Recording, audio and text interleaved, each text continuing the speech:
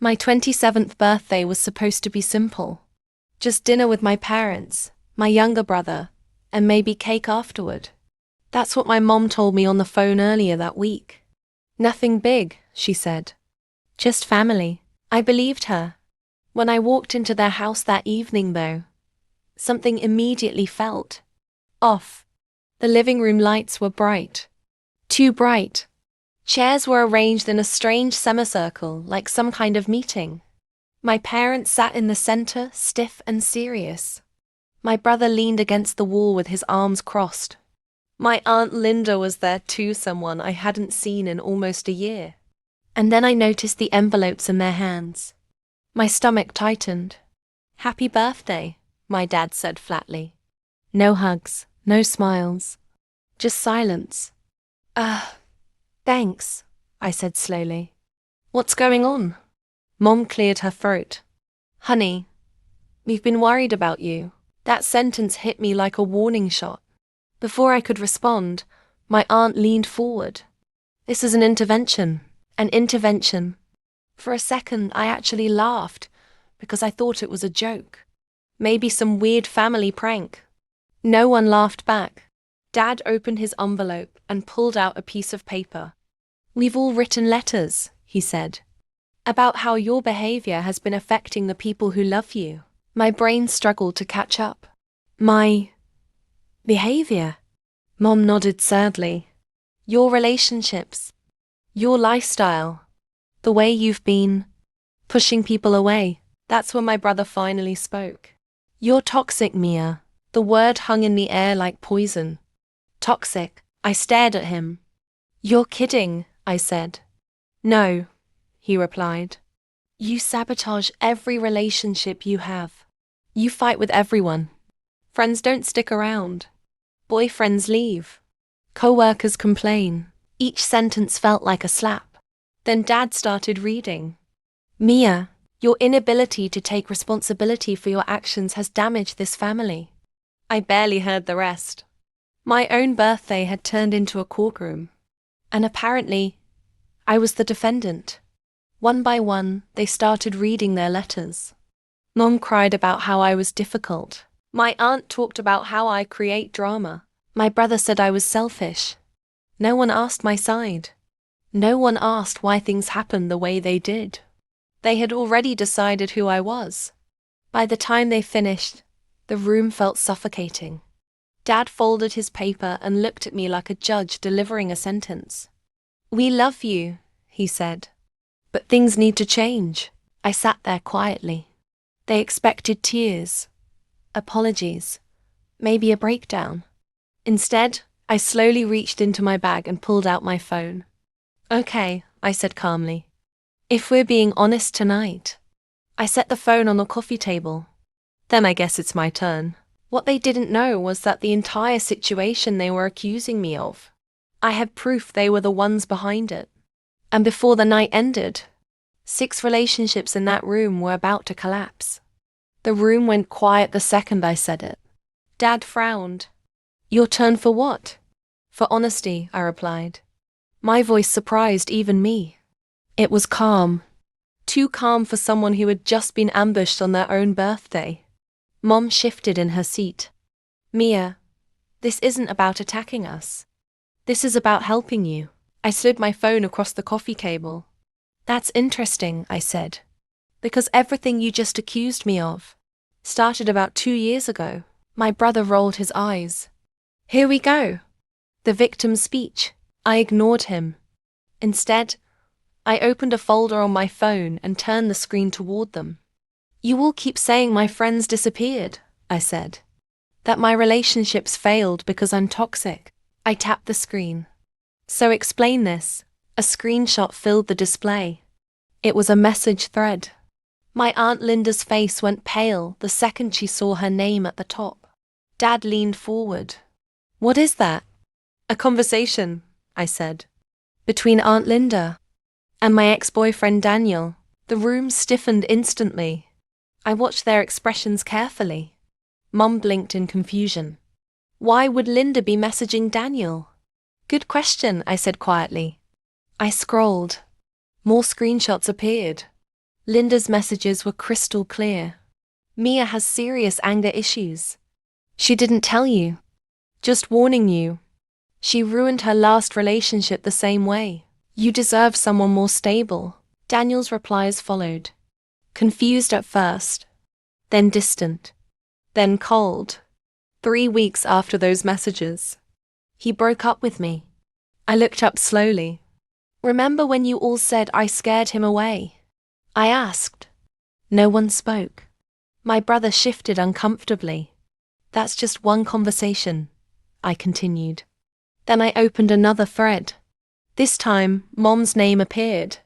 Her face drained of color. This one, I said, was sent to my best friend Rachel. More messages. Rachel, I'm worried about Mia's mental state. She's been unstable since the breakup. Please don't encourage her behavior. Rachel had slowly stopped replying to my calls a month later. My mom whispered, I was just worried about you. I let out a quiet laugh. You weren't worried, I said. You were rewriting my life. Dad looked stunned. Why are you showing us this now?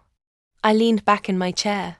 Because you all just spent 30 minutes explaining why everyone leaves me. I looked around the room. At first I believed you. Then I tapped the screen again. Another thread opened. My brother's name appeared this time. And the message he had sent to my former boss. The same boss who fired me 8 months ago. The silence in the room suddenly felt like a ticking bomb. And I hadn't even shown them the worst part yet. My brother's confident posture disappeared the second his name appeared on the screen. Wait, what is that? He asked quickly. I didn't answer right away. Instead, I slid the phone closer so everyone could read it clearly. The message was sent to my former manager, Greg, 3 days before I was suddenly called into the office and fired. Hey, you don't know me, but I'm Mia's brother. I thought you should know she's been having emotional issues lately. Our family is really worried about her stability at work. Another message followed. She's been drinking more than she admits. I'd hate for something to happen at your company. My dad's eyes widened. My mum slowly turned to look at my brother. Tyler? She whispered. Tyler's face turned red. I was just trying to help, he said quickly. She was struggling and I thought, you thought what? I interrupted calmly. That getting me fired would stabilize my life? He opened his mouth but nothing came out. Dad rubbed his forehead like a headache had just slammed into him. Why would you do that? He asked. Tyler shrugged defensively. She was always complaining about that job anyway. I laughed under my breath. That job paid my rent, I said. Silence filled the room again. Then Aunt Linda spoke up suddenly. This is ridiculous, she snapped. You're digging up old messages and twisting them. I slowly turned toward her. Twisting them? I repeated. She crossed her arms. Families talk. We were concerned about you. Concerned, I echoed. Then I opened the final folder on my phone. This is the part one almost didn't show tonight, I said. Mom leaned forward nervously. What is it? I pressed play. A voice recording filled the room. At first there was background noise. Clinking glasses, restaurant chatter. Then Aunt Linda's voice came through clearly. If Mia keeps failing, she'll have to come back home eventually. Mom's voice followed. It might be the only way to get her under control again. Then Tyler laughed. Yeah, she thinks she's independent now. Give it a year. The recording ended. No one moved. The air in the room had completely changed. This wasn't concern. It was strategy. Dad looked from one face to another like he was seeing his family for the first time. You planned this? He said quietly. Mum's eyes filled with tears. It wasn't supposed to go this far, she said. I stared at them. You destroyed my friendships, my relationship, my job. My voice cracked for the first time that night. And tonight you throw an intervention. To blame me for it? The room sat in stunned silence. Then Dad slowly stood up. But the look on his face told me something terrifying. The intervention wasn't over yet, and the next thing he said would shatter the family completely. Dad stood there for a long moment, staring at the phone on the table like it had just exposed a crime scene. No one spoke.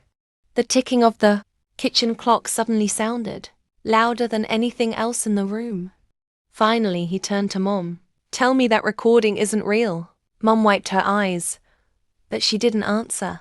That was answer enough. Dad exhaled slowly and ran a hand through his hair. I had never seen him look this shaken before. "You sabotaged your own daughter?" he asked quietly. "It wasn't sabotage," Aunt Linda snapped. "It was guidance." Dad turned toward her so fast she flinched. "Guidance?" he repeated. "You contacted her boyfriend, her friends, her employer." Linda crossed her arms stubbornly. She was out of control. Someone had to step in. Tyler nodded beside her. "Yeah." She was becoming impossible to deal with. I let out a short laugh. "Impossible," I said.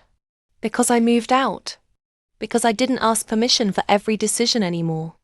Mum suddenly spoke, her voice trembling. "You changed, Mia. You stopped listening to us." "I started thinking for myself," I corrected. The words hung in the air like a blade. Dad looked around the room, realization slowly settling in. "This whole intervention," he murmured. "Yes," I said. "You were all trying to convince me my life was falling apart." I gestured toward the phone. "So I'd come crawling back." No one denied it. That silence said everything. Dad straightened his posture, his voice suddenly firm. "Linda, leave." Her eyes widened. "Excuse me?" "You heard me," he said. "Get out of my house." She scoffed. "You're choosing her over family." Dad didn't hesitate. "She is my family." For the first time that night, someone had actually defended me. Linda grabbed her purse angrily and stormed toward the door. Tyler followed a moment later, muttering under his breath. "This is ridiculous." Mom stayed seated, crying quietly.